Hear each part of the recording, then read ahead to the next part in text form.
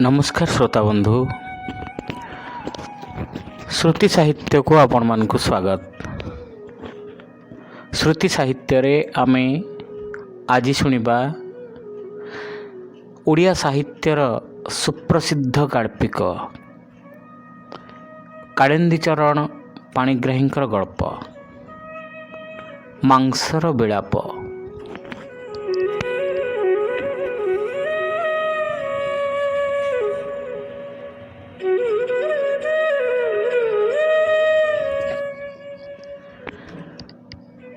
जली एवं डोरा अबाल्य परम साथी, क्षणे एक अपर को छाड़ी रहिबाकू सहजरे राजी हुए नहीं।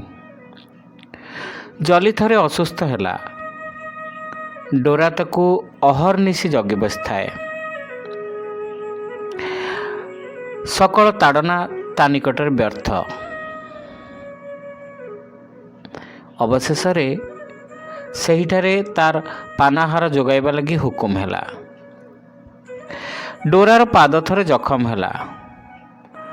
जली भलकरी जाने डोरार बड़ अपरिसीम, किंतु बुझिपारला नहीं काहींकि ताकू एते दिन एक स्थान रे बंदी होई रहिबाकू होईछि। तार पाद मुखरे स्पर्श करी तार व्यथा केउठारे जानिबा पई सचेष्ट हला। डोरा गोटे इंग्लिश ग्रे हाउंड एवं जली गोटे गड़जात जंगलर कृष्णसार। डोरा आसीछि विख्यात लंडन नगरी। जलीर जन्मस्थान ओडिशार निभृत अरण्यानी। डोरा संपूर्ण मांसाशी, जली निराट शाकाहारी, किंतु अति छोट दिनु दुहींक मध्य सद्भाव जमी जाइथिला। डोरार असुस्थता निवारण पई जली तार सर्वांग लेहन करी शुश्रूषारे लागिला। अवशेषरे डोरा टिकिए सुस्थ होई प्रथमे आस्ते आस्ते चलिबाकू आरंभ कला। तापरे जेतबेले बसंत पुणी लेउटिला, फूलर गंध चहटिला, दुई बंधु दक्षिणाभिमुखरे इतस्तत होई धाई क्रीड़ा कौतुक मग्न हेले। जेपरिक यही आनंदर स्रोत ଯେଉଁ दिगରୁ भासी आसुछि ସେହି रहस्यमय देशटाକୁ दुहे मिली एक मुहूर्त आविष्कार करिनेबे। दुहींक दौड़िबार भंगी विशेष पार्थक्य और सौंदर्य कला निहित अछि। डोरा जेतेबेले दौड़े सेतेबेले गोटे लंबमान क्षीणसूत्र भूमि रे मिसीगला परि मने हुए। सेतेबेले तार चक्षु, कर्ण, पाद, मुख इत्यादि चिन्हिबार उपाय नहीं, किंतु जलीर दौड़े भंगिमा भिन्न धरणर। से जेपरी प्यारिस डांस तले लागू नहीं, केवल शून्य शून्य नाची जाउछि। पशु दियोटी जमीदार बाबूंकर बड़ प्रिय थिले। डोरा तो बिलात रप्तानी बोली तार इंग्रेज नाम रखा जाइथिला। जली को तार अत्यंत प्रिय देखि ताकु मध्य सेही भाषारे अन्य गोटे नाम अभिहित करा जाइथिला। कर्मक्लांत दिवस परे जमीदार बाबू जेतेबेले कचेरी सम्मुखस्थ प्रकांड पड़ियारे सायं भ्रमण उद्देश्य बाहरती, सेतेबेले ए दुईटी पशु तांकर सहचर होई चलिबारे एवं तांक सम्मुखरे क्रीड़ा कौतुक करिबा द्वारा तांको शांत अंतर रे जे आनंद संचार करती ताहार मूल्य सामान्य नुहे। ता नहेले शिकार स्थली रे डोरार किछि आवश्यकता अछि, जली तो संपूर्ण अनावश्यक। तथापि जमीदार बाबूंकर कर्म प्रवाह मध्यरे जलीर टिके स्थान अछि। सेही आनंद टिककर कारण से जमीदार बाबू गस्तरे जेतेबेले बाहरती, जली तांको हाथ चाटी चाटी गोड़े घसी घसी होई चले। डोरा केतेबेले पछरे रहीगले छुटी आसी तांको सम्मुखरे नमस्कार छड़ारे करजोड़ी होई बसी लांगुड़ हलाए। केतेबेले तांको दुई पाद मध्य प्रवेश करी गति शिथिल कर दिए। अन्य कौनसी कुकुर जेबे आसी जली उपर लोलुप दृष्टि पकाए, जली त्रस्त कातर होई बाबूंकर दुई पाद मध्य ठेली ठेली होई प्रवेश करे। ଡୋରା ଜାଣିପାରି ସଙ୍ଗେ ସଙ୍ଗେ ଯୁଦ୍ଧ ପାଇଁ ପ୍ରସ୍ତୁତ ହୋଇ ଦେଖାଦେବା ମାତ୍ରକେ ତାର ସ୍ୱଜାତିମାନେ ପୃଷ୍ଠ ପ୍ରଦର୍ଶନ କରି ବିନୀତ ଭାବରେ ଅପସାରିତ ହୁଅନ୍ତି। କାରଣ ଡୋରାର ବଳବୀର୍ଯ୍ୟ ତାର ପଡ଼ୋଶୀଙ୍କୁ ଅଜ୍ଞାତ ନଥିଲା। ଜମିଦାର ବାବୁଙ୍କର ଶିକ୍ଷା ରାୟପୁରଠାରେ ହିଁ ସମାପ୍ତ ହୋଇଛି। ବେଶ ଆଧୁନିକ ଧରଣର ଲୋକ, ମିଷ୍ଟାଳାପ, ଶିଷ୍ଟାଚାର ଇତ୍ୟାଦି ଗୁଣରେ ଅଭାବ ନଥିଲା। ଦେଶୀ ଲୋକଙ୍କର ପାଖରେ କୁର୍ତ୍ତା ଚାଦର ପକା ଖାଣ୍ଟି ଦେଶୀ, ଆଉ ବିଲାତୀଙ୍କ ପାଖରେ ପୁରା ସାହେବ। ଅବସର ସମୟରେ ବଡ଼ ବଡ଼ ସାହେବ ସୁବା ଶିକାର ଉଦ୍ଦେଶ୍ୟରେ ଜମିଦାର ଭବନରେ ଆତିଥ୍ୟ ଗ୍ରହଣ କରନ୍ତି। ସେମାନଙ୍କ ଉଦ୍ଦେଶ୍ୟରେ ମଧ୍ୟ ବେଶ ଆୟୋଜନରେ ଅତିଥିଶାଳାଟିଏ ନିର୍ମାଣ କରାଯାଇଛି। କେବଳ ଜଲି ଓ ଡୋରା ତାଙ୍କର ପୋଷା ନଥିଲେ, କେତେ ଜାତିର ପକ୍ଷୀ, ମର୍କଟ, ଭାଲୁକ, ମତ୍ସ୍ୟ ଇତ୍ୟାଦି କେତେ ଜୀବ ଜମିଦାର ବାବୁଙ୍କ ଅନ୍ନରେ ପ୍ରତିପୋଷିତ ହେଉଥିଲେ। କହିବାକୁ ଗଲେ ଜମିଦାର ଭବନରେ ଗୋଟିଏ ଛୋଟ ଧରଣର ଚିଡ଼ିଆଖାନା ଥିଲା। କିନ୍ତୁ ଡୋରା ଓ ଜଲି ତାଙ୍କର ପାର୍ଶ୍ୱ ସହଚର। ବିଶେଷତଃ ତାଙ୍କର ଅତି ସ୍ନେହର ଏକମାତ୍ର କନ୍ୟାଟି ଜଲି ଓ ଡୋରାଙ୍କର ଅନ୍ୟତମ ସଙ୍ଗୀ ଥିଲା। ତାର ଅଧିକାଂଶ ସମୟ ସେ ଏ ଦୁହିଁଙ୍କୁ ନେଇ ଥାଏ। ବଗିଚାରେ ଧାଇର ତତ୍ତ୍ୱାବଧାନରେ ସେ ଯେତେବେଳେ କଅଁଳ ଘାସ ଛିଣ୍ଡାଏ, ଜଲି ଜାଣିପାରି ତା ମୁହଁ ପାଖରେ ନିଜ ମୁହଁଟି ନେଇ ରଖେ। ଡୋରା ଦୌଡ଼ି ଆସି ତାର ଏହି ଛୋଟ ଖାମିଦାଣୀ ପାଖରେ କେତେ ଗେଲ କୌତୁକ ଅଭିନୟ କରେ। ଖାମିଦାଣୀ ତୁ କାଇବୁ କହି ତା ମୁହଁରେ ଘାସ ଗୁଞ୍ଜି ଦିଅନ୍ତି। ସେ ଅମାନ୍ୟ ନ କରି ମୁହଁରେ ତାହା ଧରି ସ୍ୱୀୟ ବାଧ୍ୟତା ଜ୍ଞାପନ କରେ। ବାରନ୍ଦା ଇଜି ଚେୟାରରେ ବସି ଏସବୁ ନିରୀକ୍ଷଣ କରି ବାବୁଙ୍କର ଚିତ୍ତ ଉତ୍ଫୁଲ୍ଲ ହୋଇଉଠେ। ଜମିଦାର ବାବୁ ସାହେବମାନଙ୍କ ସହିତ ଯେତେ ମିଳାମିଶା କରନ୍ତୁ, ଦେଶୀ ଲୋକମାନଙ୍କ ପ୍ରତି ଯେ ତାଙ୍କର ଅବଜ୍ଞା ବା ଘୃଣା ଥିଲା, ଏହା ବୋଲାଯାଇ ନପାରେ। ଦେଶର କୌଣସି ପଦସ୍ଥ ବ୍ୟକ୍ତି ତାଙ୍କର ଦ୍ୱାରସ୍ଥ ହେଲେ ତାଙ୍କ ସମ୍ମାନ ଅଭ୍ୟର୍ଥନାରେ କୌଣସି ତ୍ରୁଟି ହେଉନଥିଲା। ପ୍ରଜାମାନଙ୍କ ମଧ୍ୟରେ ମଧ୍ୟ ଶିକ୍ଷିତ ସମ୍ଭ୍ରାନ୍ତ ବ୍ୟକ୍ତିମାନଙ୍କ ପ୍ରତି ଯଥାଯୋଗ୍ୟ ସମ୍ମାନ ଦେଖାଯାଉଥିଲା। ତଥାପି ଲୋକମତ ତାଙ୍କ ରୀତିଗତିର ଅନୁକୂଳରେ ନଥିଲା। ବୁଢ଼ା ବୁଢ଼ା ଲୋକେ ତାଙ୍କୁ ଭ୍ରଷ୍ଟ ବିଧର୍ମାଚାରୀ ବୋଲି କହୁଥିଲେ, ଆଉ କେହି କେହି ବହୁବ୍ୟୟୀ ପ୍ରଜାପୀଡ଼କ କହୁଥିଲେ। ଦେଶଚକ୍ଷୁରେ ତାଙ୍କର ପ୍ରଧାନ ଦୋଷ, ସେ ବିଦେଶୀମାନଙ୍କ ସହିତ ମିଶିଲେ ଓ ସେମାନଙ୍କର ଆଚାର ଗ୍ରହଣ କଲେ। ଯଥାର୍ଥରେ ତାଙ୍କର ଆହାର ପରିଚ୍ଛେଦରେ ବିଜାତୀୟ ଭାବ ଅନେକ ପରିମାଣରେ ଲକ୍ଷିତ ହେଉଥିଲା।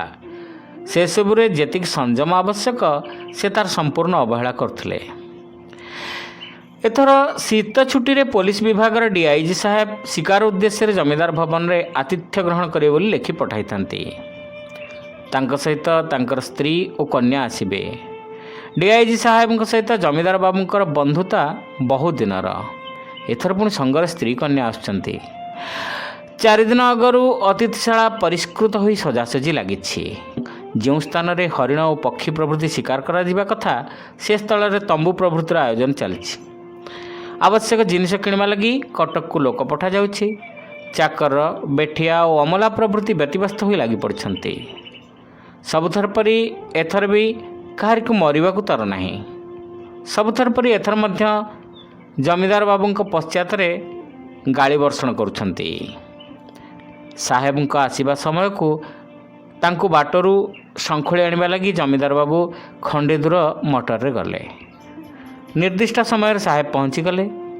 ତାଙ୍କର ସ୍ତ୍ରୀ କନ୍ୟାମାନଙ୍କ ସହିତ ଯୋଗଦେଇ ଜମିଦାର ବାବୁଙ୍କ ମନ ପ୍ରାଣ ଆପ୍ଲୁତ ହୋଇଉଠିଲା। ଜମିଦାର ଭବନରେ ମହାଚାଞ୍ଚଲ୍ୟ। କାହାରି ଦଣ୍ଡେ ସ୍ଥିର ହୋଇ ରହିବାର ସମୟ ନାହିଁ। ସମସ୍ତେ ଦୌଡ଼ଧାପଡ଼ କରୁଛନ୍ତି। ଅତିଥିମାନଙ୍କ ସହିତ ଠିକ୍ କରାଗଲା ଆଜି ଅତିଥିଶାଳାରେ ରହି ପରଦିନ ପ୍ରାତଃ ଭୋଜନ ପରେ ଶିକାରସ୍ଥଳୀକୁ ଯାତ୍ରା କରିବା। ଶିକାରସ୍ଥଳୀ ଜମିଦାର ଭବନରୁ 12-14 ମାଇଲ ରାସ୍ତା। ନିପଟ ଜଙ୍ଗଲ ମଧ୍ୟରେ। ଘର ଗାଁ ପାଖରେ ନାହିଁ।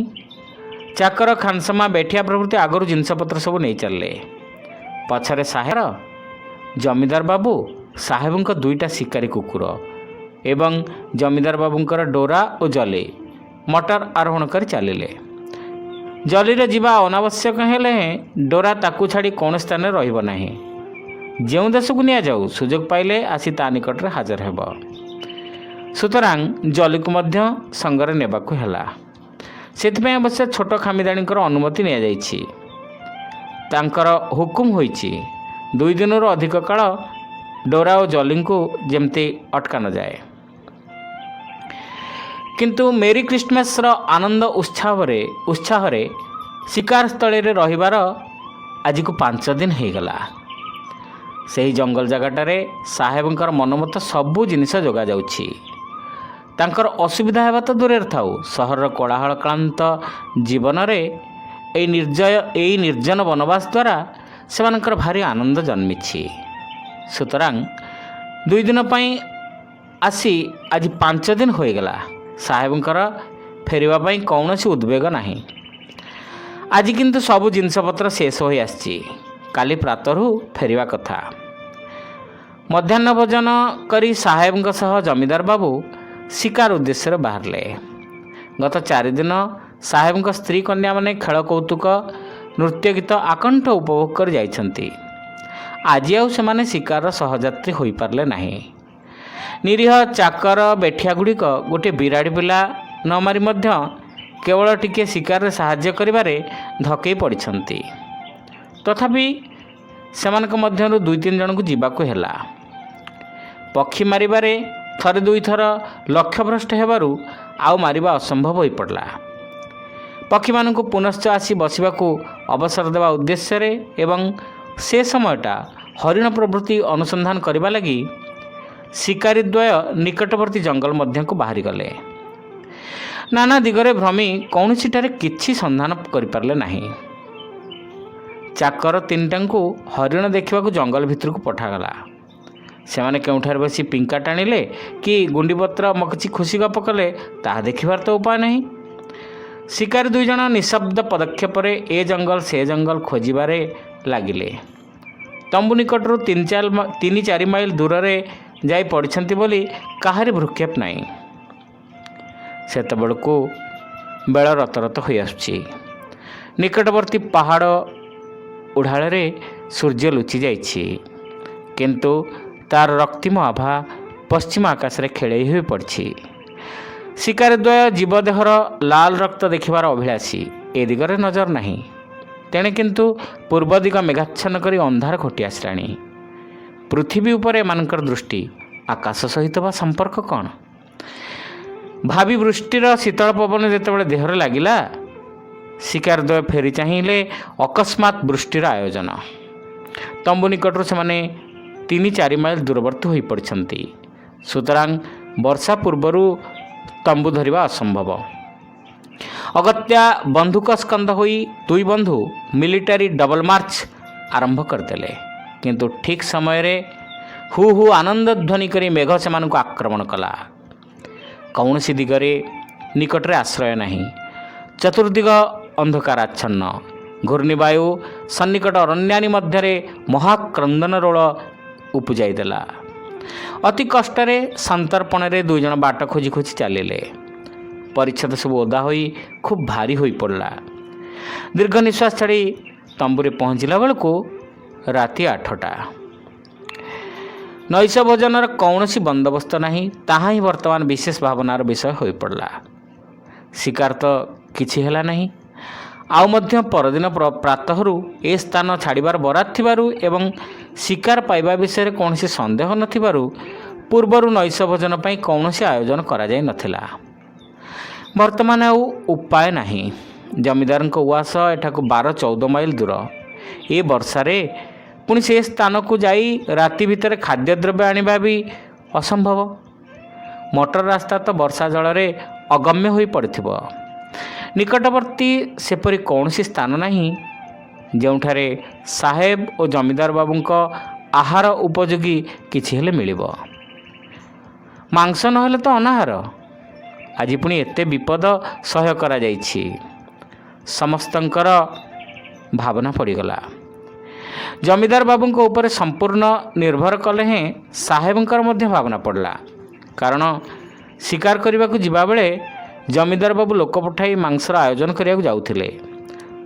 ସାହେବ କିନ୍ତୁ ଶିକାର ନିଶ୍ଚୟ ମିଳିବ କହି ତାଙ୍କୁ ସେସବୁ ଆୟୋଜନରୁ ନିବୃତ୍ତ କରାଇଥିଲେ। କରାଯାଏ କ'ଣ? ଜମିଦାର ବାବୁ ଅଯଥାରେ ବେଠିଆ ଚାକର ଗୁଡ଼ାକ ଉପରେ କ୍ରୁଦ୍ଧ ହେଲେ। ଏସବୁ ଦେଖି ସାହେବ ଟିକିଏ ମୁର୍କି ହସା ଦେଇ କହିଲେ, ୱେଲ୍, ଲେଟ୍ ମି device SUM means of the dinner. ଆଚ୍ଛା, ରାତ୍ରି ଭୋଜନର ଗୋଟାଏ ବ୍ୟବସ୍ଥା କରାଯାଉ। ଜମିଦାର ବାବୁ ସେହି ହାସ୍ୟର ଉତ୍ତର ହାସ୍ୟର ପ୍ରଦାନ କରି କହିଲେ, ୱେଲ୍। ସାହେବ କହିଲେ, won't you mind spare your heart? It will make a sumptuous feast and you can have a lot of them from these jungles. Don't you like the idea? ଆପଣଙ୍କର ହରିଣଟିକୁ ଦେବାକୁ କିଛି ଆପତ୍ତି ଅଛି କି? ଏହା ବେଶ୍ ସୁନ୍ଦର ଆହାର ହେବ ଏବଂ ଜଙ୍ଗଲରୁ ଆପଣ ସେଥିରୁ ଅନେକ ପାଇପାରିବେ। କିପରି, ଏ କଥାଟା କ'ଣ ଭଲ ଲାଗୁନାହିଁ? ଜମିଦାର ବାବୁ କ'ଣ ଭାବୁଥିଲେ? ସାହେବଙ୍କ ବାକ୍ୟ ଶେଷ ହେବାର ଦେଖି ହଠାତ୍ ଉତ୍ତର ଦେଲେ, oh yes, it's a fine idea. ଠିକ୍ କହିଛନ୍ତି। ଜମିଦାର ବାବୁ ସମ୍ଭ୍ରାନ୍ତ ବନ୍ଧୁ ଓ ଅତିଥିଙ୍କ କଥାରେ ଅମତ ହୋଇପାରିଲେ ନାହିଁ। କିନ୍ତୁ ଜଲି କଥା ଶୁଣି ତାଙ୍କ ହୃଦୟଟା କାହିଁକି ଦପ୍ କରି ପଡ଼ିଗଲା।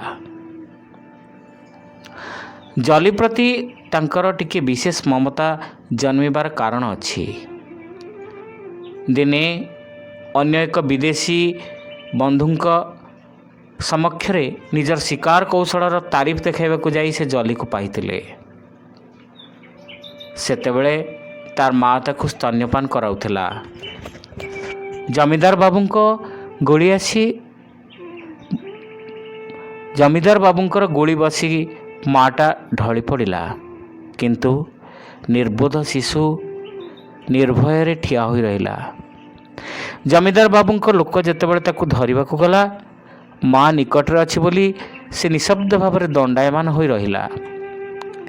ବିଦେଶୀୟ ବନ୍ଧୁଙ୍କଠାରୁ ଏହି ଶିକାର କୌଶଳରେ ଯଥେଷ୍ଟ ବାହାବା ପାଇଲେ ହେଁ ଏହି କ୍ଷୁଦ୍ର ଶିଶୁର ନିର୍ବୋଧ ଆଖି ଦିଓଟିକୁ ଚାହିଁ ତାର ମାତୃହନ୍ତା ଜମିଦାର ବାବୁଙ୍କର ତା ପ୍ରତି ସେଦିନ ଗୋଟାଏ କିପରି ବାତ୍ସଲ୍ୟ ଓ ଶ୍ରଦ୍ଧା ଜନ୍ମି ଯାଇଥିଲା। ଜଲିକୁ ହତ୍ୟା କରି ଦିନେ ତାର ମାଂସ ଭକ୍ଷଣ କରିବାକୁ ହେବ, ଏକଥା ସେ କେବେ କଳ୍ପନା କରିନଥିଲେ। ବର୍ତ୍ତମାନ ସେହି ପରାମର୍ଶ ଶୁଣି ଜମିଦାର ବାବୁଙ୍କ ଶିକାରୀ ଅନ୍ତର ମଧ୍ୟ କିପରି ଟିକିଏ ଦବିଗଲା। ତା ବୋଲି ଏତେ ବଡ଼ ସମ୍ଭ୍ରାନ୍ତ ଅତିଥିଙ୍କୁ କ'ଣ ନାହିଁ କରାଯାଇପାରେ? ଜମିଦାର ବାବୁଙ୍କ ସମ୍ମତି ପାଇ ସାହେବ ମହାନନ୍ଦରେ ନିଜେ କାଟିବାକୁ ଉଦ୍ୟତ ହେଲେ। ନିଜ ହାତରେ କିଛି ହେଲେ ଶିକାର ନ କଲେ ସେଦିନ ତାଙ୍କ ମନଟା ଭଲ ରହେ ନାହିଁ। ଯୁଦ୍ଧରେ ବହୁତ ଲୋକଙ୍କର ପ୍ରାଣକ୍ଷୟ କରିଥିଲେ ବୋଲି ତାଙ୍କର ବଡ଼ ସୁଖ୍ୟାତି ଅଛି। ଶୁଣାଯାଏ କୌଣସି ଦିନ ଶିକାର ନ ମିଳିଲେ ସେହି ଉଦ୍ଦେଶ୍ୟରେ ପାଳିତ କୁକୁଟ ପ୍ରଭୃତି ଗୋଟାଏ କିଛି ଜୀବ ବଧ କଲେ ହିଁ ତାଙ୍କର ମସ୍ତିଷ୍କ ଥଣ୍ଡା ରହେ। ଏହି ଅଭ୍ୟାସକୁ ତାରିଫ କରି ତାଙ୍କ ସ୍ତ୍ରୀ କୁଆଡ଼େ ବହୁବାର କହିଥାନ୍ତି ଯେ ଦିନେ କିଛି ଶିକାର କରିବାକୁ ନ ପାଇ ସାହେବ ନିଜର ବେକ କାଟିବାକୁ ଉଦ୍ୟତ ହେଉଥିଲେ। ଜଲି ଓ ଡୋରା ଏକ ଅପରର କୋଳରେ ମୁଣ୍ଡ ଗୁଞ୍ଜି ଦେଇ ମହା ଆରାମରେ ନିଦ୍ରା ଯାଇଛନ୍ତି।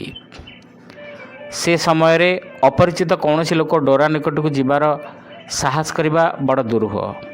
ବିଶେଷତଃ ଡୋରା ଓ ଜଲି ଏକ ସଙ୍ଗରେ ଥିଲାବେଳେ ଜମିଦାର ବାବୁଙ୍କ ମାଧିଆ ଚାକର ବ୍ୟତୀତ ଅନ୍ୟ କାହାରି ସେମାନଙ୍କ ପାଖ ପଶିବାର ଉପାୟ ନାହିଁ। ଜମିଦାର ବାବୁଙ୍କ ଇଙ୍ଗିତରେ ଜଲିକୁ ଆଣିବା ଲାଗି ମାଧିଆକୁ ଯିବାକୁ ହେଲା। ତାର ପାଦ ଶବ୍ଦ ଶୁଣି ଡୋରା ଚେଇଁ ଉଠି ଭୋକିଲା। ମାଧିଆ ଚୁପ୍ କହିବାରୁ ସ୍ୱର ବାରି ପାରି ସେ ସ୍ଥିର ହୋଇ ରହିଲା। କିନ୍ତୁ ମାଧିଆ ଯେତେବେଳେ ଜଲିକୁ ଉଠାଇ ତାକୁ ସଙ୍ଗରେ ଆଣିବାକୁ ଗଲା, ସେତେବେଳେ ଡୋରା ତା ସହିତ ଆସିବା ଲାଗି ଅସ୍ଥିର ହୋଇପଡ଼ିଲା। ଅଗତ୍ୟା ମାଧିଆକୁ ଜଲି ସଙ୍ଗେ ସଙ୍ଗେ ଡୋରାର ଶିକୁଳି ଧରି ମଧ୍ୟ ଆଣିବାକୁ ହେଲା। ଡୋରାର ବୁଦ୍ଧି ଅସମ୍ଭବ ରୂପେ ପ୍ରଖର ହେଲେ ହେଁ ଏ ସମୟରେ ଜଲିକୁ ତା ନିକଟରୁ ଧରି ନେବାର କାରଣ ସେ ବୁଝିପାରିଲା ନାହିଁ। ମାଧିଆ ନିଜେ ଡୋରାକୁ ଧରି ଜଲିକୁ ଖାନସମାଙ୍କୁ ଦେଲା। ଡୋରାର ବଡ଼ ସନ୍ଦେହ ହେଲା, ତଥାପି ସେ ତୁନି ହୋଇ ରହିଥାଏ। ସାହେବ ସ୍ୱୀୟ ଆତତାୟୀ ପ୍ରକୃତିର ତର୍ପଣ କରିବା ଲାଗି ଉଦ୍ୟତ ହେଲେ। ଛୁରୀର ଫଳକ ଆଲୋକପାତରେ ଚକଚକ ହୋଇ ଉଠିଲା। ଖାନସମା ଦୁଇ ଜଣ ଜଲିର ଗୋଡ଼ ବାନ୍ଧି ତାକୁ ସ୍ଥିର କରି ଠିଆ କରାଇଲେ, ଯେପରି ଛୁରୀ ଚାଲିବା ସମୟରେ ସେ କୌଣସି ରକମର ହଲଚଲ ହୋଇ ସାହେବଙ୍କର ଅସୁବିଧା ନ ଘଟାଏ। ଜଲିର ଭାବନା କ'ଣ? ସେ ତାର ଜୀବନର ପ୍ରଭୁ ଜମିଦାର ବାବୁ ଏବଂ ସକଳ ଦୁଃଖ ଆପଦରେ ବିପଦରେ ଆବାଲ୍ୟ ପରମ ବନ୍ଧୁ ଡୋରାକୁ ଦେଖି ନିର୍ଭୀକ ଭାବରେ ଠିଆ ହୋଇଥାଏ ଏବଂ ପାଦ ଦୁଇଟି ବନ୍ଧା ହେବାରୁ ଥରେ ତାର ଦୁଃଖ ସୁଖର ସାଥୀ ଡୋରା ଏବଂ ଥରେ ତାର ଆଶୈଶବ ବିଶ୍ୱାସୀ ପ୍ରଭୁଙ୍କ ପ୍ରତି ଦୃଷ୍ଟି ପକାଉଥାଏ। ଜମିଦାର ବାବୁ ବନ୍ଧୁଙ୍କ ପତ୍ନୀ ଓ କନ୍ୟାଙ୍କ ନିକଟରେ ଖୁସି ଗଳ୍ପରେ ନିମଗ୍ନ ଥାନ୍ତି। ତଥାପି ତାଙ୍କ ଭିତରୁ କିଏ କହିଦେଉଥାଏ ଜଲି ପ୍ରତି ଟିକେ ଦୃଷ୍ଟି ପକାଇବା ପାଇଁ। ସେ ଚାହିଁ ନ ଚାହିଁଲା ହୋଇ ହସ ଖୁସିରେ ନିମଗ୍ନ ଥାନ୍ତି। ତାକୁ ଚାହିଁଲେ ସେ ମନୁଷ୍ୟ ଭାଷାରେ ଯେପରି କିଛି ପ୍ରକାଶ କରିଦେବାକୁ ଯିବ ଏବଂ ସେଥିରେ ସେ ଦୋଷୀ ସାବ୍ୟସ୍ତ ହେବେ ଆଉ ତାଙ୍କର ସୁନାମରେ ବାଧା ଘଟିବ। ସାହେବଙ୍କ ହାତରେ ଛୁରୀ ଦେଖି ଡୋରାର ସନ୍ଦେହ କ୍ରମେ ଦୃଢ଼ୀଭୂତ ହେବାକୁ ବସିଲାଣି। ସାହେବ ଛୁରୀ ପରିଷ୍କାର କରି ଯେତେବେଳେ ଆସନରୁ ଉଠିଲେ, ଜମିଦାର ବାବୁଙ୍କ ଦୃଷ୍ଟି ହଠାତ୍ କାହିଁକି ଜଲି ଉପରେ ପଡ଼ିଲା ଏବଂ ତାଙ୍କର ମନେ ହେଲା ଜଲି ଅନେକ କ୍ଷଣ ହେଲା ତାଙ୍କୁ ଏହିପରି କାତର ଦୃଷ୍ଟିରେ ଚାହିଁ ଜୀବନ ଭିକ୍ଷା କରୁଛି। ଜମିଦାର ବାବୁ କ'ଣ ଗୋଟାଏ ବାହାନାରେ ଆସନ ଛାଡ଼ି ତମ୍ବୁ ମଧ୍ୟକୁ ଚାଲିଗଲେ। ଡୋରା କିନ୍ତୁ ଜଲିର ମିନତି ଶୁଣିଲା। ଆବାଲ୍ୟ ଆଶ୍ରୟଦାତା ପ୍ରଭୁଙ୍କଠାରୁ ହତାଶ ଦୃଷ୍ଟି ଫେରାଇ ଜଲି ଯେତେବେଳେ ତାର ପ୍ରିୟ ସହଚର ଡୋରାକୁ ଚାହିଁଲା, ଡୋରା ପ୍ରାଣରେ ତାହା ବାଜିଲା। ସାହେବଙ୍କ ହାତରେ ନୃଶଂସ ଛୁରିକା ଦେଖି ଡୋରାର ଆଉ ବୁଝିବାକୁ ବାକି ରହିଲା ନାହିଁ। ଏହି ସ୍ଥଳୀରେ ସେ କେତେ ଛେଳି ହରିଣ କଟା ଯାଇଥିବାର ଦେଖିଛି। ତାର ପ୍ରାଣପ୍ରିୟ ଜଲିର ଦଶା ତାହା ହିଁ ହେବ, ଏଥିରେ ତାର ସନ୍ଦେହ ନାହିଁ। ସାହେବ ଯେତେବେଳେ ଛୁରୀ ଧରି ଓହ୍ଲାଇ ଆସିଲେ, ତତ୍କ୍ଷଣାତ୍ ଡୋରା ଗୋଟାଏ ଝିଙ୍କାରେ ମାଧିଆ ହାତରୁ ମୁକ୍ତି ପାଇ ସଙ୍ଗେ ସଙ୍ଗେ ଜଲିକୁ ଧରିଥିବା ଜଣେ ଖାନସମାକୁ ଆଘାତ କଲା। ସାହେବ ଚାକର ଖାନସମା ପ୍ରଭୃତି ଇତସ୍ତତ ହୋଇ ଦ୍ରୁତ ଗତିରେ ତମ୍ବୁ ମଧ୍ୟରେ ପ୍ରବେଶ କଲେ। ଜମିଦାର ବାବୁ ତମ୍ବୁ ମଧ୍ୟରେ ଅନ୍ୟମନସ୍କ ଥିଲେ। ସାହେବଙ୍କର ଏ ଦୁର୍ଦ୍ଦଶା ଦେଖି ସଙ୍ଗେ ସଙ୍ଗେ ତାଙ୍କୁ କ୍ଷମା ମାଗିଲେ ଏବଂ ମାଧିଆ ଉପରେ କ୍ରୋଧରେ ଜଳି ଉଠିଲେ। ତଥାପି ଅନ୍ତରର କି ଗୋଟାଏ ଅବ୍ୟକ୍ତ ବ୍ୟଥା ତାଙ୍କ କଥାରୁ ସୁସ୍ପଷ୍ଟ ପ୍ରକାଶ ପାଉଥିଲା। ମାଧିଆ ଅତି କଷ୍ଟରେ ନିଜେ ଡୋରା ଦ୍ୱାରା ଆଘାତପ୍ରାପ୍ତ ହୋଇ ଗୋଟିଏ ଗଛରେ ନେଇ ତାକୁ ଉତ୍ତମ ରୂପେ ବାନ୍ଧିଦେଲା। ସାହେବ ହସି ହସି ଛୁରୀ ହାତରେ ପୁନଶ୍ଚ ତମ୍ବୁ ଭିତରୁ ବାହାରିଲେ। କୌତୁକ କରିବା ଛଳରେ ଆବଦ୍ଧ ଡୋରାକୁ ଛୁରୀ ଦେଖାଇ ଜଲି ଅଭିମୁଖରେ ଚାଲିଲେ।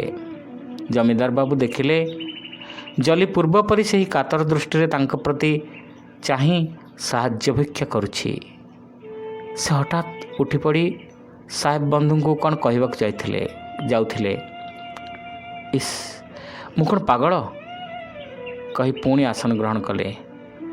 ସେ ସ୍ଥାନରୁ ଉଠି ଦୂରକୁ ଯିବାକୁ ତାଙ୍କର ଇଚ୍ଛା ହେଉଥିଲେ ହେଁ ସାହେବ କିଛି ମନେ କରିପାରନ୍ତି। ଏହି ଆଶଙ୍କାରେ ସେ ଚେଷ୍ଟାରୁ କ୍ଷାନ୍ତ ହେଲେ। ସାହେବ ଜଲି ନିକଟକୁ ଆସିବାର ଦେଖି ଜମିଦାର ବାବୁ ରୁମାଲ କାଢ଼ି ମୁହଁ ଘୋଡ଼ାଇଲେ। ଡୋରାର ଭୀତ ବ୍ୟାକୁଳ କ୍ରନ୍ଦନ ତାଙ୍କ କର୍ଣ୍ଣରେ ପ୍ରବେଶ କରୁଥାଏ।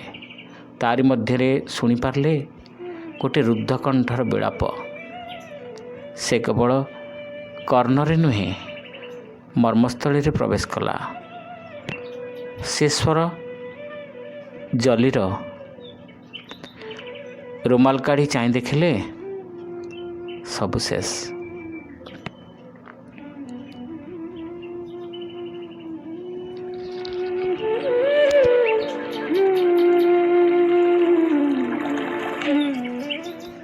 ଖାନା ଟେବୁଲରେ ବସି ବସି ଜଲିର ମାଂସ ଭକ୍ଷଣ କଲାବେଳେ ଜମିଦାର ବାବୁଙ୍କ ଅନ୍ତରାତ୍ମା ନାହିଁ ନାହିଁ କରି ଉଠିଲା। ସେ ପ୍ରାଣପଣେ ଚେଷ୍ଟା କରି ବନ୍ଧୁମାନଙ୍କ ସଙ୍ଗରେ ଯୋଗ ଦେଲେ। ବଡ଼ କଷ୍ଟରେ ଯତ୍ ସାମାନ୍ୟ ଆହାର କଲେ। ଭିତରର କି ଗୋଟାଏ ଅବ୍ୟକ୍ତ ବ୍ୟଥାରେ ପ୍ରାଣ ଆକୁଳ ହୋଇ ଉଠିଲା। ରକ୍ଷା ଏତିକି ଅତିଥିମାନଙ୍କ ମଧ୍ୟରୁ କେହି ତାହା ଲକ୍ଷ୍ୟ କରିପାରିନଥିଲେ। ଶୋଇବାକୁ ଯିବାବେଳେ ମାଧିଆ ଆସି ଖବର ଦେଲା, ଡୋରାକୁ ମାଂସ ଆଦି ଯେତେ ଯାହା ଦିଆଗଲା ସେ ତାହା ସ୍ପର୍ଶ କଲା ନାହିଁ। ଜମିଦାର ବାବୁ ଅନ୍ୟମନସ୍କ ହୋଇ ଶୟନ କକ୍ଷକୁ ଗଲେ। ନିଦ୍ରା ଆସୁନଥାଏ। ବିଛଣାରେ ପଡ଼ି କେତେ କ'ଣ ଭାବୁଥାନ୍ତି। ଏ ଜଙ୍ଗଲ ସେ ଜଙ୍ଗଲ ସେ ବୁଲୁଛନ୍ତି। ହଠାତ୍ ମେଘର ଆକ୍ରମଣ ଓ ଚତୁର୍ଦିଗ ଅନ୍ଧକାରାଚ୍ଛନ୍ନ। ପୁଣି ସେହି ମଧ୍ୟାହ୍ନ ସମୟ। ଗୁଳି ଖାଇ ମାଟି ତାର ଭୂତଳ ସାଇ ହେଲା। ଆଉ ନିର୍ବୋଧ ଶିଶୁ ଅବାକ ହୋଇ ଅନାଇ ରହିଲା। ଟିକିଏ ହଲଚଲ ହେଲା ନାହିଁ। ସ୍ୱେଚ୍ଛାରେ ଆତ୍ମସମର୍ପଣ କଲା। ପୁଣି ସେହି ଘନ ଅନ୍ଧକାର। ଦୁଇ ବନ୍ଧୁ ସ୍କନ୍ଧରେ ସଙ୍ଗୀନ ରଖି ତମ୍ବୁ ଅଭିମୁଖରେ। ଛୁରୀ ଧରି ସାହେବଙ୍କର ନୃଶଂସ ହାସ୍ୟ, ଆଉ ସେ ହରିଣ ଶିଶୁର କରୁଣ ଦୃଷ୍ଟିରେ ଜୀବନ ଭିକ୍ଷା ଏବଂ ମନୁଷ୍ୟ ଭାଷାରେ ବାକ୍ୟ ଉଚ୍ଚାରଣ। ମୁଁ ପରା ମୋ ମାଆକୁ ଛାଡ଼ି ତୁମକୁ ଆଶ୍ରୟ କରି ଧରିଥିଲି। ଜମିଦାର ବାବୁ ଚମକି ଉଠି ଭାବିଲେ, ଏ ସ୍ୱପ୍ନ। ପୁଣି ନିଦ ଆସିଲା। ପୁଣି ସେହି କାକୁତି ଭରା ଚାହାଣୀ, ସେଇ ମର୍ମ ବିଦାରକ ବିଳାପ। ଥରକ ଥର ନିଦ ଭାଙ୍ଗିଯାଏ, କିନ୍ତୁ ସେଇ ଏକା ସ୍ୱପ୍ନ। ପ୍ରଭାତରୁ ଉଠି ଫେରିବାର ବନ୍ଦୋବସ୍ତ କରାଗଲା। ମଟରରେ ବନ୍ଧୁ ଓ ବନ୍ଧୁ ପରିବାରଙ୍କ ସହିତ ଜମିଦାର ବାବୁ ଆଗ ଚାଲିଗଲେ। ହସ ଖୁସିରେ ମନଟାକୁ ଭୁଲାଇବାର ଯେତେ ଚେଷ୍ଟା କଲେ ମଧ୍ୟ ଜମିଦାର ବାବୁଙ୍କ ଅନ୍ତରରେ ହରିଣ ଶିଶୁର ସେହି ରୁଦ୍ଧ କ୍ରନ୍ଦନର ବିରାମ ନାହିଁ। ବନ୍ଧୁ ପରିବାର ସେହିଦିନ ବିଦାୟ ଘେନି ଚାଲିଗଲେ। ମାଧିଆ ଡୋରାକୁ ଟାଣି ଟାଣି ବହୁ କଷ୍ଟରେ ଧଇଁ ସଇଁ ହୋଇ ଆସି ପହଞ୍ଚିଲା ଏବଂ ବାବୁଙ୍କୁ କହିଲା, ଡୋରା ସେ ସ୍ଥଳରୁ ଆସିବାକୁ ଏକା ବେଳେକ ଅମଙ୍ଗ। ଜମିଦାର ବାବୁ ସେତେବେଳେ ଏକାକୀ ବସି ମନେ ମନେ କ'ଣ ଭାବୁଥିଲେ। ମାଧିଆ ଆଉ କିଛି ନ କହି ଚୁପ୍ ହୋଇ ଚାଲିଗଲା। ସେତେବେଳକୁ ଜମିଦାର ବାବୁଙ୍କର ପ୍ରବଳ ଆତ୍ମଗ୍ଳାନି ଉପସ୍ଥିତ। ବଡ଼ ସଂଯମରେ ସେ ନିଜକୁ ସ୍ଥିର କରି ରଖିଛନ୍ତି। ନହେଲେ ଲୋକମାନେ ତାଙ୍କୁ ପାଗଳ ବୋଲି ଭାବି ସାରନ୍ତେଣି। ଏହି ଜ୍ଞାନଶୂନ୍ୟ କୁକୁରଟାର ପାଦ ତଳେ ପଡ଼ି କ୍ଷମା ଭିକ୍ଷା କରିବା ଲାଗି ତାଙ୍କ ପ୍ରାଣ ଭିତରୁ ଯେପରି କିଏ ବାଧ୍ୟ କରୁଛି। କାରଣ ସେ ନିଜକୁ ତାଠାରୁ ବହୁ ନିମ୍ନରେ ଦେଖୁଛନ୍ତି। କାହିଁ ମାଂସାଶୀ କୁକୁରଟା ଠାରୁ କ'ଣ ମୋର ଅନ୍ତର ଏତେ ଦୂର ନୃଶଂସ? ଛି, ସଂସାରଟାରେ କ'ଣ କେବଳ ସବଳ ଦୁର୍ବଳକୁ ଅଧୀନ କରି ଆତ୍ମସାତ କରି ଉଦରସାତ କରି ଜୀବନ ଧାରଣ କରିବାକୁ ଜାତ ହୋଇଛି? ଜଣେ ବଞ୍ଚିବ ବୋଲି ଆଉ ଜଣଙ୍କର ମୃତ୍ୟୁ ଏକାନ୍ତ ଆବଶ୍ୟକ? ମନୁଷ୍ୟ ଯେ ବିଶ୍ୱଗ୍ରାସ କରିବାକୁ ବସିଛି, ଏହାର ଯୁକ୍ତି କ'ଣ ନା ସେ ସବୁ ଜୀବଠାରୁ ବୁଦ୍ଧିମାନ ଓ ବିବେକବାନ? ସତ୍ୟ ଜମିଦାର ବାବୁଙ୍କର ଭୀଷଣ ବିରାଗ ଓ ବିକାର ଜାତ ହେଲା। ଯେଉଁ ଜିହ୍ୱା ଜଲିର ମାଂସସ୍ୱାଦ ପରୀକ୍ଷା କରିଥିଲା, ତାହା କିପରି ଅବଶ ହୋଇ ଆସିଲା। ଜଲିର କଲିଜା ଯେଉଁ ଗଳା ମଧ୍ୟରେ ଯାଇଥିଲା, ତାହା ସଙ୍କୁଚିତ ହୋଇ କିପରି ରୁଦ୍ଧ ହୋଇ ଆସିଲା। ଜମିଦାର ବାବୁ ମନେ କଲେ, ସେ ଗଳା ଯଦି ଚିରଦିନ ପାଇଁ ରୁଦ୍ଧ ହୁଏ ଏବଂ ସେ ଜିହ୍ୱା ଯଦି ଅବଶ ହୋଇ ଛିନ୍ନ ହୋଇପଡ଼େ, ତେବେ ତାଙ୍କର ମର୍ମନ୍ତୁଦ ଯାତନାର ଟିକିଏ ହେବା ଉପଶମ ହୋଇପାରନ୍ତା। ଏହି ସମୟରେ ପଛରୁ କିଏ ଡାକିଲା, ଜଲି କାହିଁ? ଜମିଦାର ବାବୁ ଫେରି ଚାହିଁ ଦେଖିଲେ ତାଙ୍କର ସେହି 4 ବର୍ଷର ଶିଶୁ କନ୍ୟାଟି। ସେ ଉତ୍ତର କିଛି ନ ପାଇ ତତ୍କ୍ଷଣାତ୍ ଉଠିଯାଇ ନିଜର କନ୍ୟାକୁ ନିଜର ଉତ୍ତପ୍ତ ବକ୍ଷରେ ଚାପି ଧରି କହିଲେ, ଅଛି ମା, ଅଛି। ସେ କଥାରେ କର୍ଣ୍ଣପାତ ନ କରି ମୁହଁ ଫୁଲାଇ ଆଖି ଛଳଛଳ କରି କହିଲା, ଝିଅଟି। ମିଛ କଥା। ମାଧିଆ କହିଲା, ସେ ସାହେବ ତାକୁ ମାଲିଛି, ମୁଁ ସେ ସାହେବକୁ ମାଲିବି। କନ୍ୟାର ରାଗ ଓ ଅଭିମାନ ଦେଖି ଜମିଦାର ବାବୁଙ୍କ ଚକ୍ଷୁରୁ ଲୋତକ ବର୍ଷିବାକୁ ଲାଗିଲା। ସେ ତାହା କନ୍ୟା ନିକଟରୁ ଲୁଚାଇବାକୁ ଯାଇ ଧାଇ ହାତରେ କନ୍ୟାକୁ ଦେଇ ଚାଲିଗଲେ ଏବଂ ହୃଦୟର ଆବେଗ ଅସହ୍ୟ ହେବାରୁ ବିଛଣାରେ ପଡ଼ି ଶିଶୁ ପରି ଭୋ ଭୋ କାନ୍ଦିବାକୁ ଲାଗିଲେ।